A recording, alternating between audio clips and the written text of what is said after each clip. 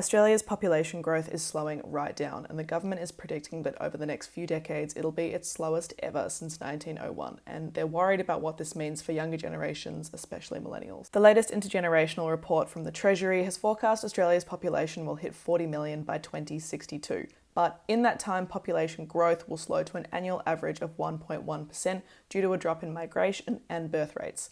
So it said, Australians are expected to continue living longer and remain healthier to an older age while having fewer children. This is leading to an ageing and a slower growing population.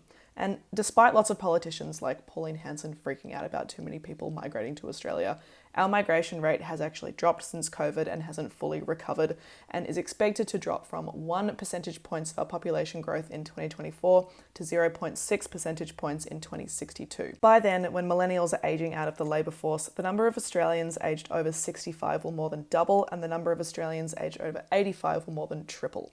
This has the government worried about how social services and aged care will cope.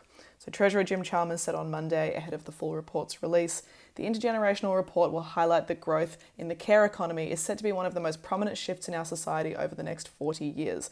Whether it's healthcare, aged care, disability, or early childhood education, we'll need more well-trained workers to meet the growing demand for quality care over the next 40 years. This drop is also a worrying sign of what's to come. In November last year, the UN said that because many nations' population growth is slowing, we could eventually see a population decline due to falling fertility and birth rates, and that population decline could never reverse.